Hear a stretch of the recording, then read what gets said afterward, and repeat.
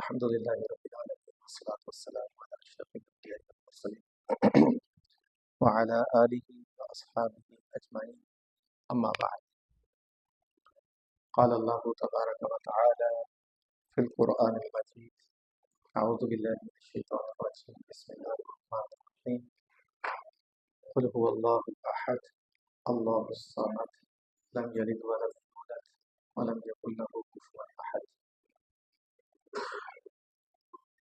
وقال رسول اللہ صلی اللہ علیہ وسلم فإن اللہ حرم علی النار من قال لا الہ الا اللہ یبتغی بذلک وجہ اللہ او کما قال علیہ الصلوۃ والسلام۔ ہر قسم کے حمد و ثنا ایک اللہ وحدہ لا شریک کی ذات اقدس کے لیے، جس اللہ نے ہمیں یہ توفیق بخشی ہے کہ ہم اس کے سامنے سجدہ کریں، ہم اس کے سامنے جھکیں اور اس اللہ کو ہی اپنی عبادت کے لائق سمجھیں۔ مختصر حمد و ثنا کے بعد انگنت تعداد بے حد و بے حساب لاکھوں اور کروڑوں درود و سلام ہو امام الانبیاء خاتم الانبیاء سید الانبیاء احمد مجتبیٰ، آپ کے اور میرے پیارے پیغمبر جناب محمد رسول اللہ صلی اللہ علیہ وسلم کی ذات بابرکت کے لیے انتہائی مختصر وقت کے لیے چند گزارشات آپ کے سامنے رکھنا چاہتا ہوں، اور وہ ہے اللہ رب العزت کی معرفت کے تحت عقیدہ توحید سے متعلق۔ یعنی سب سے پہلے ہمیں اپنے عقیدے کو ٹھیک کرنا ہے، کیونکہ عقیدے کا مطلب دوسرے لفظوں میں یہ ہے کہ ہمیں اللہ تعالیٰ کی معرفت ہو کہ ہم جس رب کو سجدہ کر رہے ہیں، جس کے لیے قیام کرتے ہیں، جس کے لیے رکوع کرتے ہیں، جس رب کے سامنے جھکتے ہیں، جس کے نام پہ نظر و نیاز کرتے ہیں، جس کے لیے قربانی کریں گے، جس اللہ کے لیے جو ہے وہ ہم جس کی کتاب قرآن مجید کو پڑھتے ہیں، جس کے کلام کو ہم پڑھتے ہیں، جس کے نام پہ ہماری صبح ہوتی ہے، جس کے نام پہ ہماری شامیں ہوتی ہیں، اس اللہ کو ہم پہچانتے بھی ہیں یا نہیں پہچانتے؟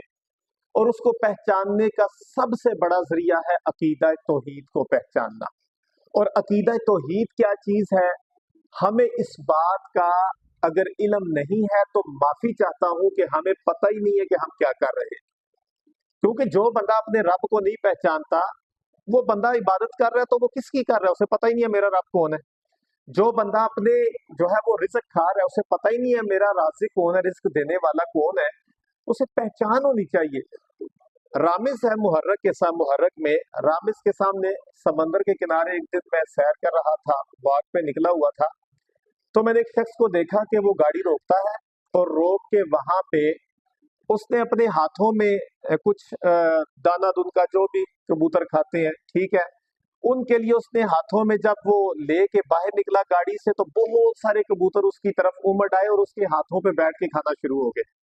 تو میں یہ منظر دیکھ کے کافی محظوظ ہونے لگا، آپ نے بھی دیکھا ہوگا۔ تو میں وہاں سوچ رہا تھا کہ یہ پہلے دن ایسا نہیں ہوتا، ٹھیک ہے، پہلے دن ایسا نہیں ہوتا۔ وہ کبوتر پہچانتے ہیں کہ وہ روزانہ شخص آتا ہے اور کئی مہینوں شاید کئی سالوں سے آ رہا ہے اور وہاں پہ رکتا ہے اور وہ ڈیلی دانہ ڈالتا ہے کبوتروں کو، اور کبوتر پہچانتے ہیں کہ یہ ہمارے لیے کھانا لے کے آتا ہے اور اس کے سامنے اس میں انہیں ڈر نہیں لگتا، اس کے کندھوں پہ بیٹھے ہیں، اس کے ہاتھوں پہ بیٹھے ہیں اور کھا رہے ہیں، انہیں پتہ ہے کہ یہ ہمیں نقصان نہیں پہنچاتا۔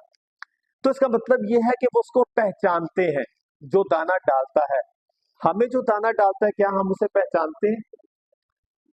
جو ہمیں رزق دیتا ہے، حالانکہ وہ ڈائریکٹلی تو ان کو رزق نہیں دیتا، وہ تو صرف اللہ کا ایک رزق ہے وہ تک پہنچا رہا ہے، وہ ایک تو کہہ لیں سپلائی ہے نا، صرف سپلائی چین ہے وہ ان کی، ٹھیک ہے، اللہ نے اس کے دل میں ڈالا اور وہ کھانا دانہ دن کا ان کے لیے سامنے لے کے آ جاتا ہے اور ان کو ڈال دیتا ہے۔ تو ہم کیا پہچانتے ہیں؟